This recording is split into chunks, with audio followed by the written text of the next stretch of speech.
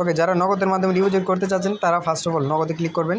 আপনারা ট্রাই করবেন 99 নগদ না ইউজ করা, ঠিক আছে, এই মেথডটা না ইউজ করার।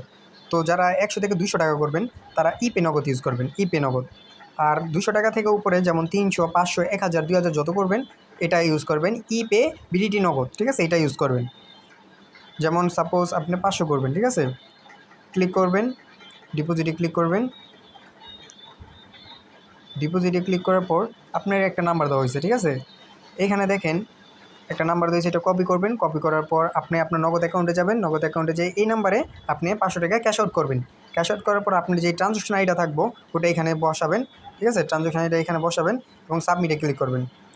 এখানে যখন সাবমিট সাকসেসফুলি হবে আপনি এখানে বলা আছে 5 মিনিট ওয়েট করতে, বাট আপনি 2 মিনিট ওয়েট করবেন মিনিমাম, এখানে 2 মিনিট ওয়েট করবেন, ঠিক আছে। আপনারা কী করেন, জমার সাথে সাথে ক্লোজ উইন্ডো সাথে সাথে ক্লিক করেন। এখানে নিয়ম হলো আপনার মিনিমাম 2 মিনিট ওয়েট করবেন।